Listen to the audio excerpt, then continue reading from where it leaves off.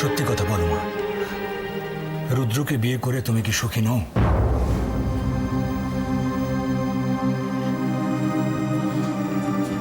হঠাৎ এমন প্রশ্ন কেন করছো বাবা? আমি যখনই তোমার মুখের দিকে তাকাই দেখি তোমার মুখটা শুকনো। কেন মা? আচ্ছা, রুদ্র তোমাকে যথেষ্ট ভালোবাসে তো? হ্যাঁ বাবা, ভালোবাসে তো। আমি জানি মা, তুমি সত্যি কথাটা বলছো না। না বলা সম্ভব নয়। হাজার হোক, আমি তো তোমার শ্বশুর, তোমার নিজের বাবা নই। কি বলছো কি? এমন বলো না প্লিজ।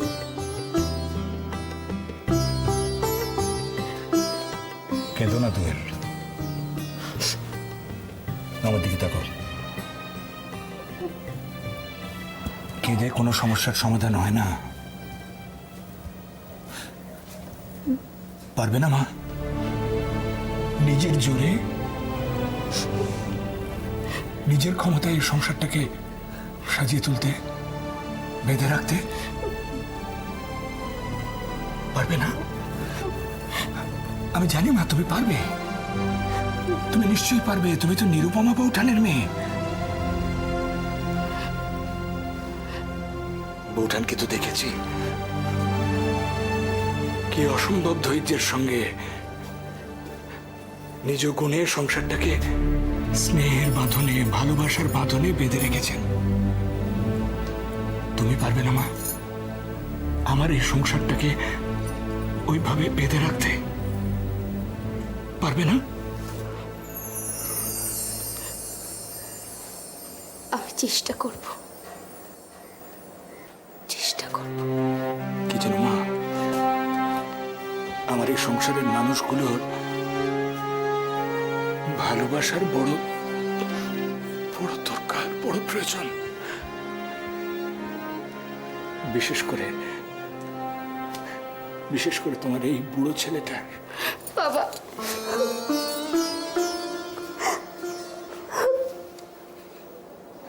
আমাকে রুদ্রর বাবা নয়, নিজের বাবা বলে ভাবতে পারো না মা? হ্যাঁ? যখন যা দরকার, যা প্রয়োজন আমাকে বলবে, কেমন?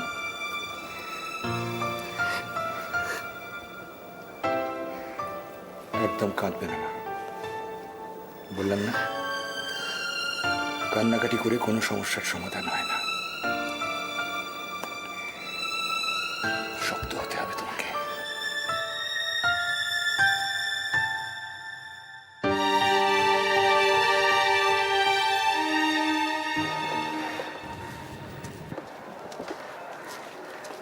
অপর্ণা, ক্লাস করতে যাচ্ছ? হ্যাঁ দিদি, কিন্তু আপনি বাইরে গিয়েছিলেন কেন? ব্যাংকে গিয়েছিলাম, ডোনেশনের চেকগুলো ফেলে দিয়ে এলাম। কি আশ্চর্য, এই কাজটা তো আপনি আমাকে বলতে পারতেন, আমি করে দিতাম। দেখো অপর্ণা, এই ডোনেশনগুলো এসেছে কিন্তু শুধু তোমার জন্য। আচ্ছা, তোমাকে আর কত কষ্ট দেবো সেটা তুমি বলতে পারো? এভাবে বলছেন কেন বলুন তো? বাচ্চারা কি আমার কেউ নয়? তোমার জন্যই তো ওরা এখনও রয়েছে। শোনো অপর্ণা, আমরা যা ডোনেশন পাচ্ছি তা দিয়ে 1.5 মাস মতন আমরা স্কুলটা ভালোই চালিয়ে নিতে পারবো। কিন্তু তারপরে কি হবে বলো তো? ডক্টর দেবরায়ের কাছে তো আবার ডোনেশনের জন্য হাত পাততে পারবো না। আপনি চিন্তা করবেন না দিদি, উনি তো বলেছেন যে সরকারি অনুদানের একটা চেষ্টা উনি করবেন। যা করতে হবে সব তোমাকেই করতে হবে। যাই। দিদিমণি, ও আপনার সঙ্গে দেখা করতে এসেছেন। আরে সৈকত যে, কি ব্যাপার? গুড মর্নিং দিদি। Good morning. আচ্ছা, সেদিন তুমি ফাংশন থেকে ভাবে কাউকে কিছু না বলে চলে গেলে কেন বলো তো? সেটা আমি বলবো একটু পরে, তার আগে ওনার সঙ্গে একটু দরকার ছিল আমার। আমার তাড়া আছে, আমাকে ক্লাসে যেতে হবে। জাস্ট 5টা মিনিট কি দিতে পারবেন না? আমার হাতে 1 মিনিটও সময় নেই, বললাম না আমার ক্লাস আছে। অপর্ণা, বলছিলাম কি, 3rd পিরিয়ডে তো তোমার অফ আছে, ওই সময় না হয় তুমি সৈকতের সঙ্গে কথাগুলো বলে নিও। ততক্ষণ না হয় সৈকত আমার সঙ্গে অফিস করে একটু ওয়েট করবে। না, আমি বরঞ্চ ততক্ষণ একটা কাজ আছে সেটা সেরে আসি, তারপরে এসে ওনার সঙ্গে কথা বলবো।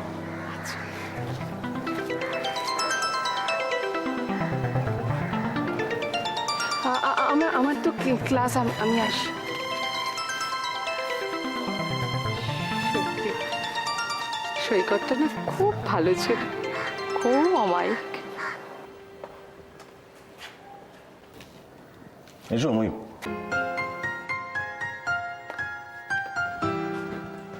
এসো ময়ূর, এসো,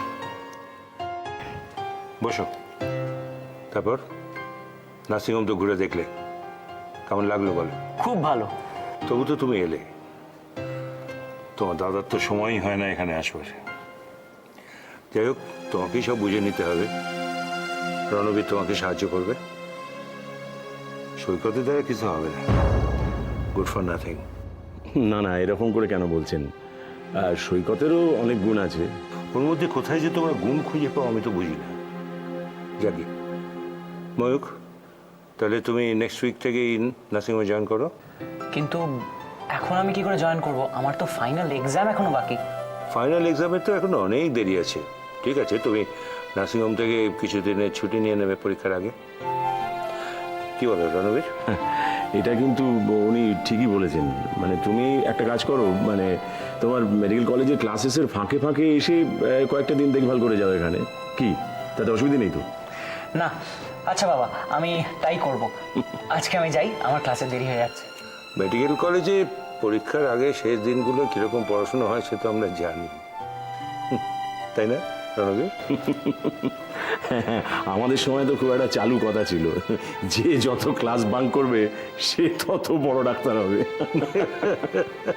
আচ্ছা ময়ূক, তোমরা আজকাল মেডিকেল স্টুডেন্টরা শুধু পড়াশোনাই করো না, অলওয়েজ ক্লাস করে যাচ্ছ।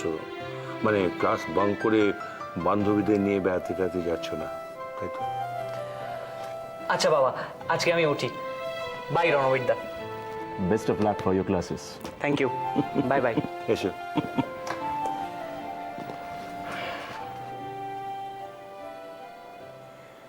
জানো রণবীর, আমি ময়ূককে যত দেখি না ততই আমার ছেলেবেলার কথা মনে পড়ে যায়। My student days is just like me. আমি ঠিক ওই রকম ছিলাম।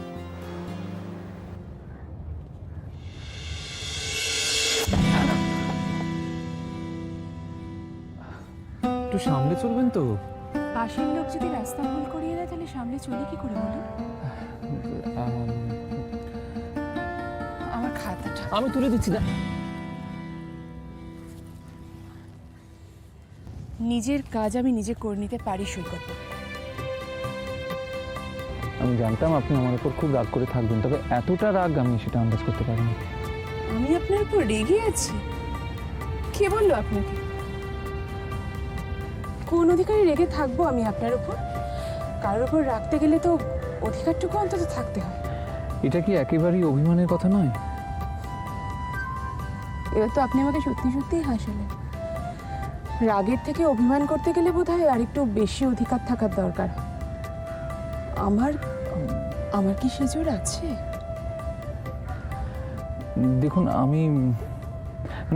আমি সেদিন ফাংশন থেকে পালিয়ে গিয়েছিলেন? না, আমি পালিয়ে যাইনি, আমি চলে যেতে বাধ্য হয়েছিলাম।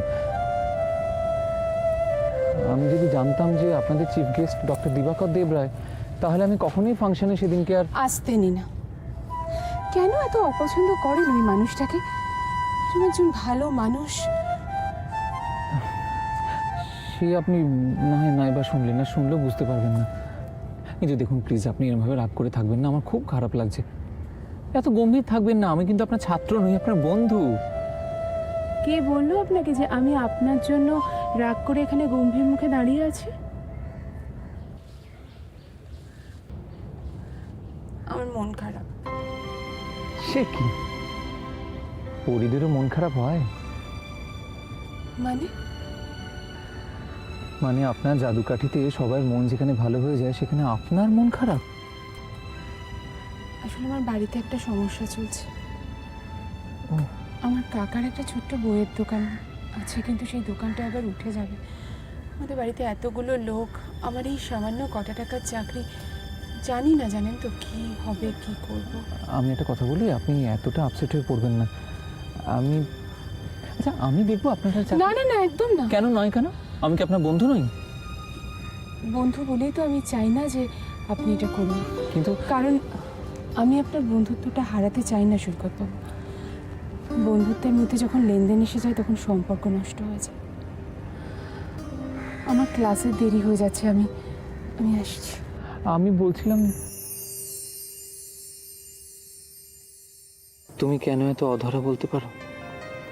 কেন আমার থেকে নিজেকে এত দূরে সরিয়ে রাখো? কেন?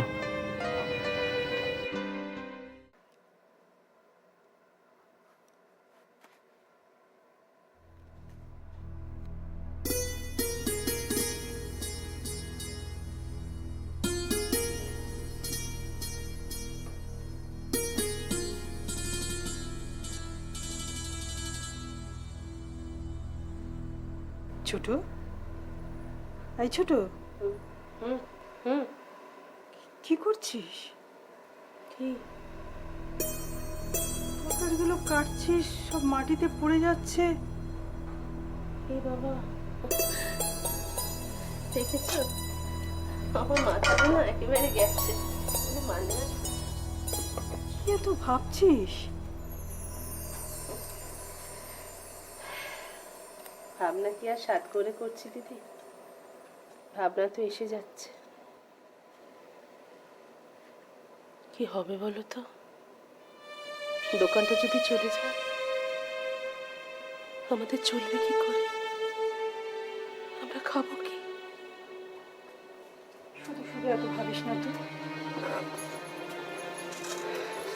ভগবানের ভরসা রাখ, দেখবি সব ঠিক হয়ে যাবে।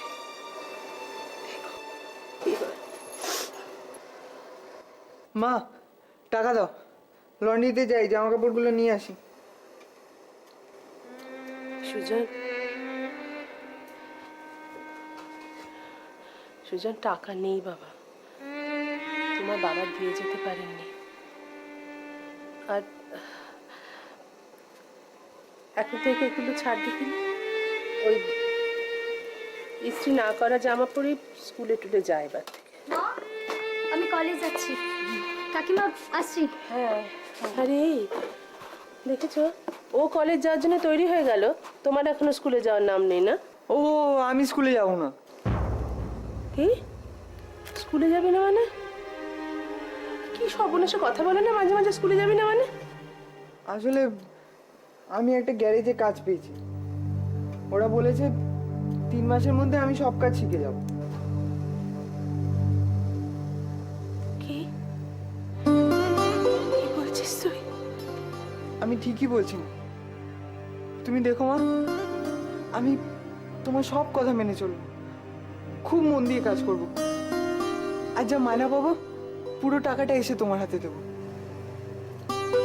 তুই যখন আর পড়বি না তাহলে আর আমি পড়ে কি করব? তুই কেন পড়াশোনা ছাড়বি রে? তুই পড়াশোনা না শিখলে তো ছানা মোড়াদের কি শেখাবি? একটা চর মারবো হাজি। ভাই একটা কাজ কর না, তুই দিনের বেলা স্কুলে যা, রাত্রে গ্যারেজে কাজ কর।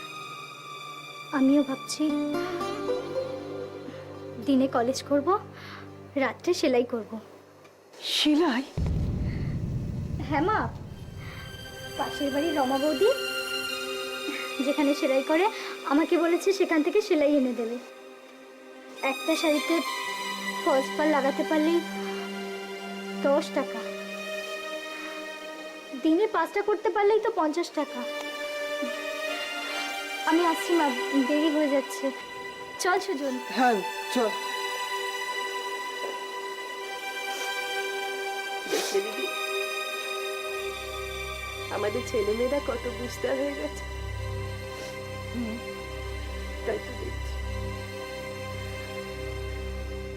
সব আমার পাপের ফল। একটা সময় কত অহংকার করেছি, তোমায় কত খোঁটা দিয়েছি।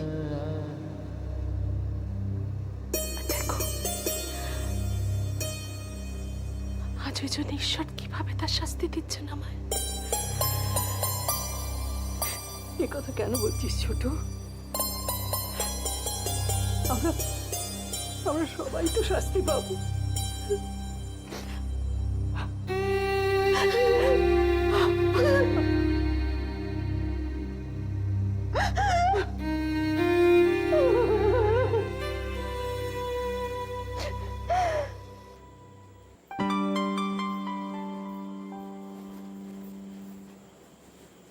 ওষুধ খেয়েছিস?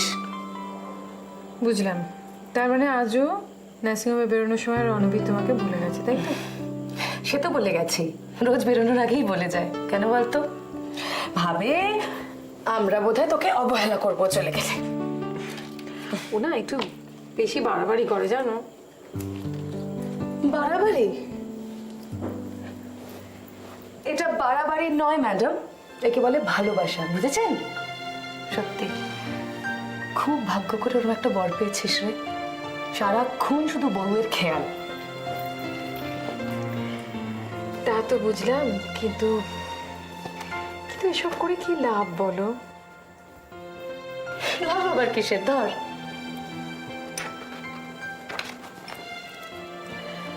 মানে এই যে ও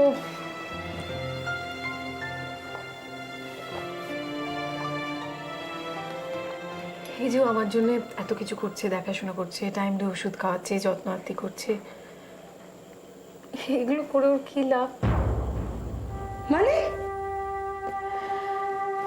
মানে এত কিছুর পরেও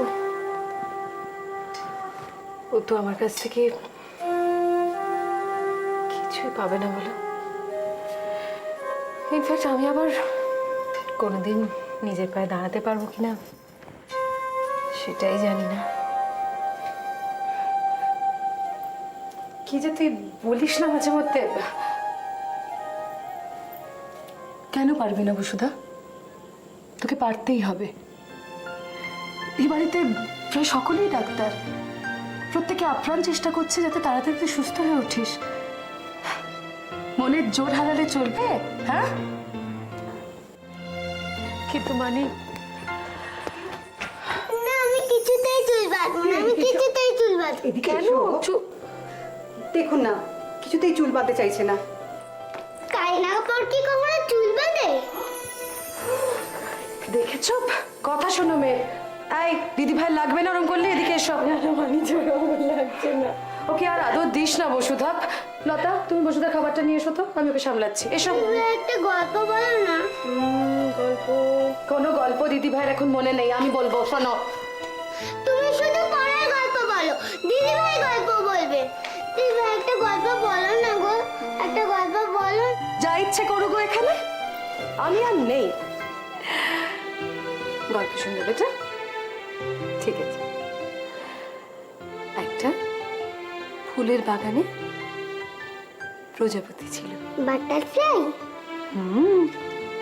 বাটারফ্লাই। আর তার ছিল রং বেরঙের দুটো পাখা। একদিন হঠাৎ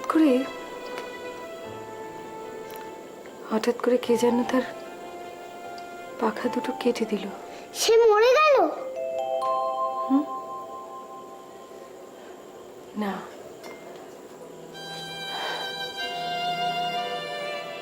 না মরে সে বেঁচে রইল, ঠিক আমার মতো।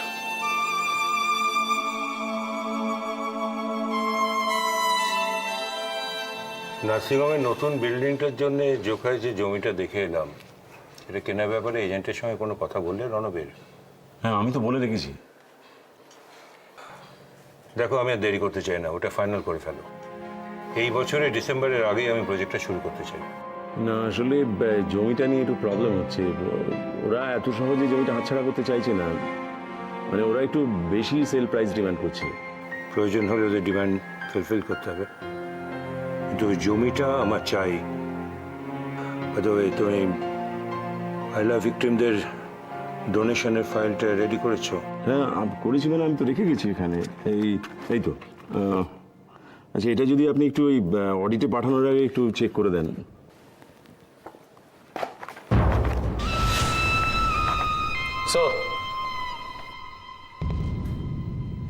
আরে এসো এসো এসো এসো, বসো সন্দীপ। একটা সুখবর আছে স্যার। সুখবর? সন্দীপ আমাদের প্রস্তাবে রাজি হয়েছে। কোন প্রস্তাবে? সেটা সন্দীপ নিজের মুখেই বলবে। বলুন সন্দীপ। না না, হেজিটেট করো না, এখানে আমরা সবাই তোমার নিজেরই লোক, বলে ফেলো। ডক্টর দেবরায়, আমি আপনার দেওয়া চাকরিটা করব।